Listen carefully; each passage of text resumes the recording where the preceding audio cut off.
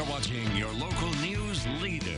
This is WCIA 3 News at 5. Well, good evening to you. Look at those clear blue skies. That is our roofing dog, INET, Gibson Area Hospital camera. And just a beautiful day. Although it was a chilly start to this morning, we did warm up nicely with readings that actually jumped back up into the 60s. Lots of sunshine here, but those skies are going to remain clear again tonight, allowing for temperatures to fall off. Currently 61 in Danville, 62 in Champaign and Decatur. Now, it's not going to be as cold as the low 30s that we woke up to this morning, but still slipping down into the 40s.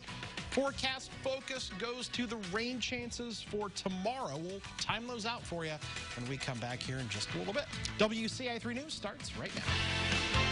Now from WCIA 3 News. All jobs that come with major employers are important. A new casino in Danville means more jobs, and one college plans to train people to fill them. I enjoy burning them, but some people can't stand the smell. But a ban on burning leaves has been repealed in one community, why some say that's a good thing.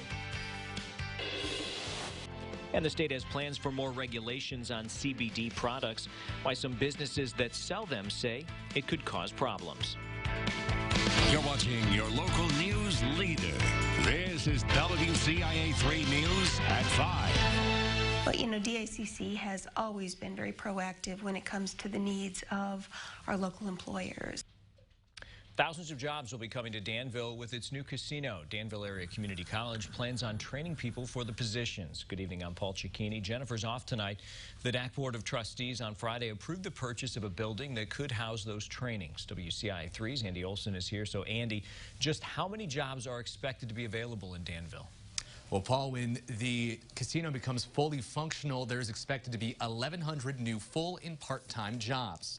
The building DAC bought used to be an Army training center. It's just across the street from the school's main campus. The purchase will be for $150,000.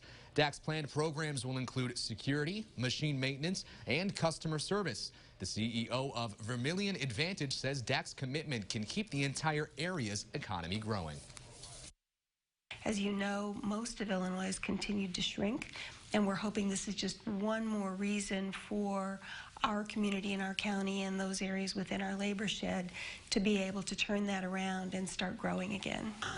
It's a lot of new employees, but Hagan thinks DAC will be able to handle it. She says adding another option coming out of school for students shouldn't be overlooked either. It was announced Haven Gaming will be the casino operator.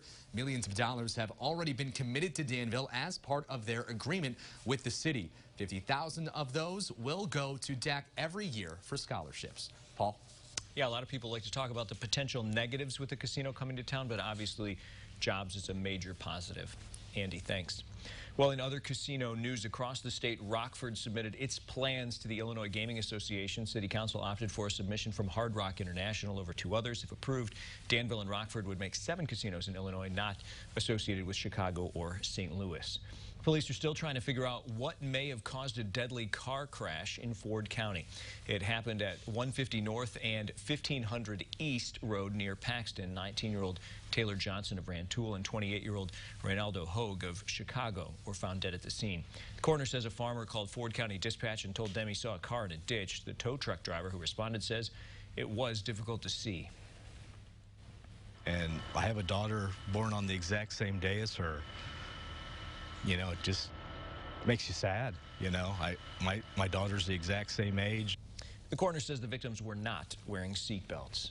New at 5, 2 more swastikas were found on the U of I campus. That brings the number to 4 in a week. Both were found on Friday. One was found lightly inscribed inside an elevator at Weston Hall on Peabody Drive. The other was found on a study table at the Aces Library on Goodwin Avenue. This comes after 2 swastikas were found on bathroom stalls, one on Monday, the other on Thursday, and after a student worker gave a presentation at a housing meeting with anti-Semitic content. Chancellor Robert Jones issued an apology to the campus for those incidents. Champaign police need help identifying a woman who's accused of stealing from a store. It happened at Moser's Shoes on Convenience Center Road. They Police say surveillance video caught the woman stealing wallets, shoes, backpacks, and duffel bags on June 6th and July 2nd. Police say she's white, 5'5", and weighs about 150 pounds. She was wearing the same outfit both days and left in a black Chrysler Town & Country van. If you have any information, contact Crime Stoppers. Mattoon police arrested a woman for repeatedly hitting a child with a belt. 28-year-old Cheryl Middleton was arrested Friday. She's charged with domestic battery. We told you people in Paxton can now burn leaves again after City Council decided to lift a ban last week. Some people have strong reactions to this decision. WCIA 3's Jamie Mays is live with us now. So, Jamie, you spoke to people in town. What are they saying? Some people told me they were all for it, but they understood why others may have some concerns about the City Council's decision. No leaf burning was put into effect a year ago, July, but after a little more than a year, the prohibition is over. Last week, the council voted 7-1 to repeal the ban, and while some people say the smoke may cause health problems, others say they are in favor of the decision.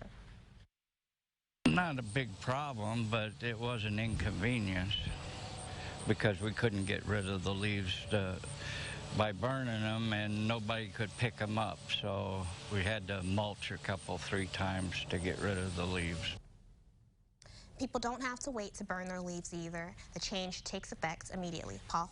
I guess it's good news for people who want to burn the leaves and people who don't want to get them out of their yard other ways. Jamie, thanks. Well, council plans to revisit these rules for leaf burning, though, including the possibility of restricting it to a specific day of the week and months of the year at a yet-to-be-scheduled committee meeting. Starting today, Decatur's opening a lottery system for people who need help paying to fix their homes.